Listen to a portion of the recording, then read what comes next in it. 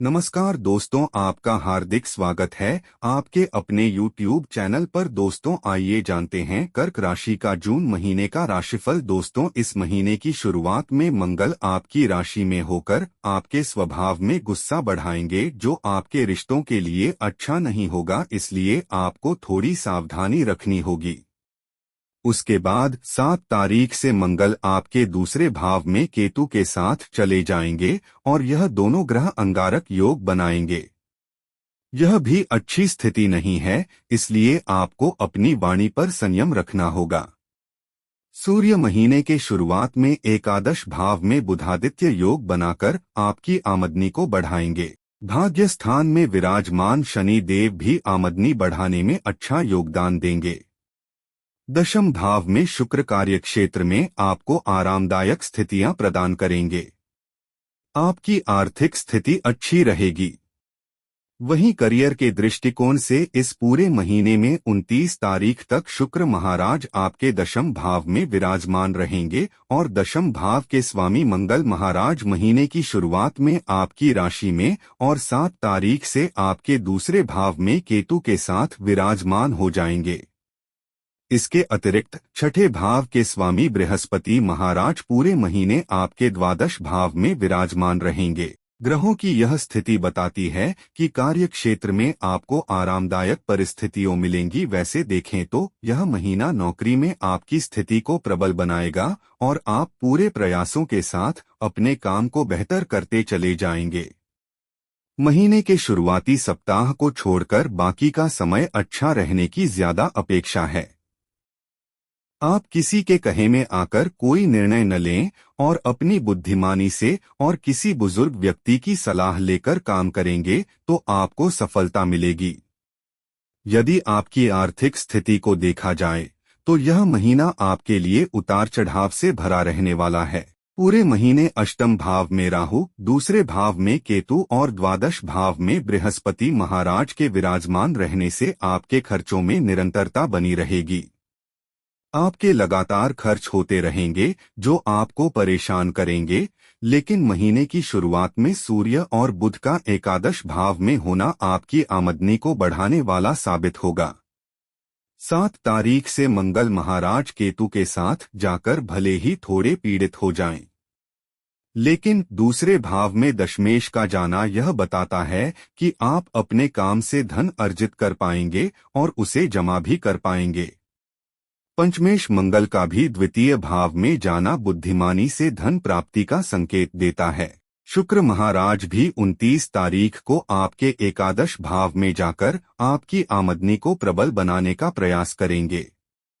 इस महीने आप अपनी बुद्धि के इस्तेमाल से अच्छा धन अर्जित कर पाएंगे।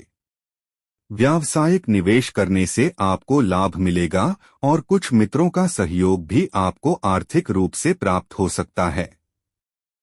शेयर बाजार में जो आपने पहले कभी निवेश किया होगा उसका प्रतिफल आपको इस समय प्राप्त हो सकता है, जो आपकी आर्थिक स्थिति को मजबूत बनाएगा।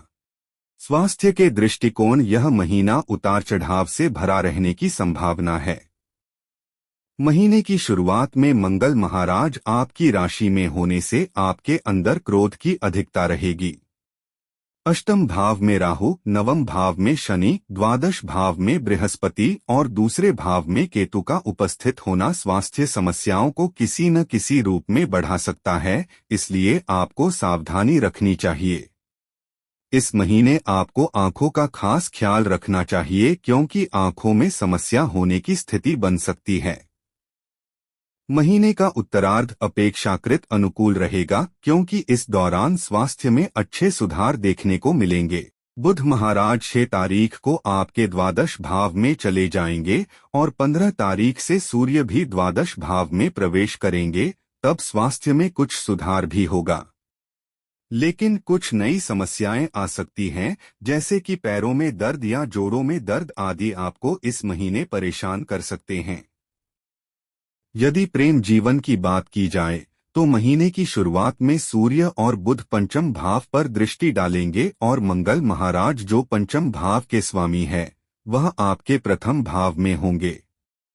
यह स्थिति प्रेम संबंधों के लिए अच्छी हो सकती है और आप एक दूसरे को बहुत अच्छे से समझ पाएंगे।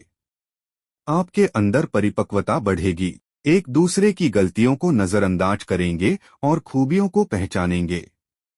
वास्तव में इससे आपके रिश्ते को एक नया बल मिलेगा और आप अपने रिश्ते को पूरी तवज्जो देंगे। 7 तारीख से मंगल महाराज आपके दूसरे भाव में जाकर वहां से पंचम भाव को देखेंगे और ऐसे में परिस्थितियां कुछ कमजोर रहेंगी क्योंकि यहां मंगल केतु के साथ पीड़ित हो जाएंगे। आपके अंदर गुस्से को बढ़ाएंगे। आप आक्रामक न हो और आवेश में आकर कुछ भी गलत बोलने से बचें। हालांकि महीने के अंतिम सप्ताह में स्थितियां कुछ हद तक अनुकूल होंगी। 29 तारीख से शुक्र आपके एकादश भाव में जाकर पंचम भाव को देखेंगे और रिश्ते में रुमानियत भरे पलों को लेकर आएंगे। विवाहित जातकों के लिए महीने की शुरुआत कमजोर रहेगी क्योंकि मंगल की पूर्ण दृष्टि सप्तम भाव पर होने से आपके रिश्ते में टकराव के योग बनेंगे। उसके बाद मंगल आपके दूसरे भाव में चले जाएंगे तो जीवन साथी को स्वास्थ्य समस्याएं परेशान कर सकती हैं। वहीं सप्तम भाव के स्वामी शनि महाराज पूरे महीने नवम भाव में बने रहेंगे, जिससे जीवन साथी के साथ लंबी यात्राएं करने के योग बनेंगे। यह महीना पारिवारिक जीवन के लिए औसत रहने की संभावना है। चतुर्थ भाव के स्वामी शुक्र महाराज 29 तारीख तक दशम भाव में बैठकर चतुर्थ भाव को देखेंगे और महीने की शुरुआत में मंगल की दृष्टि भी चतुर्थ भाव पर होगी, जिससे परिवार में सुख संसाधनों में बढ़ोतरी होगी। दूसरे भाव में महीने की शुरुआत में केतु की उपस्थिति होना और उसके बाद 7 तारीख से मंगल का भी केतु के साथ युति करना कुटुंब में लड़ाई झगड़े की स्थिति उत्पन्न कर सकता है।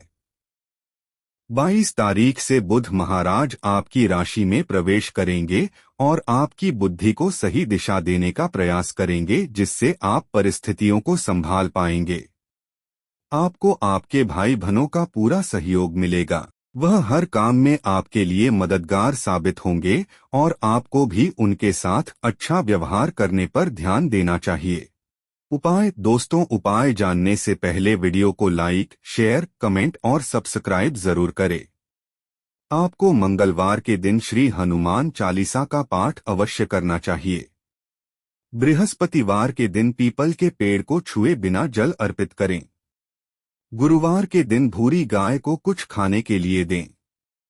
सोमवार के दिन रुद्राभिषेक संपन्न कराएं अथवा स्वयं शिवलिंग का जलाभिषेक करें।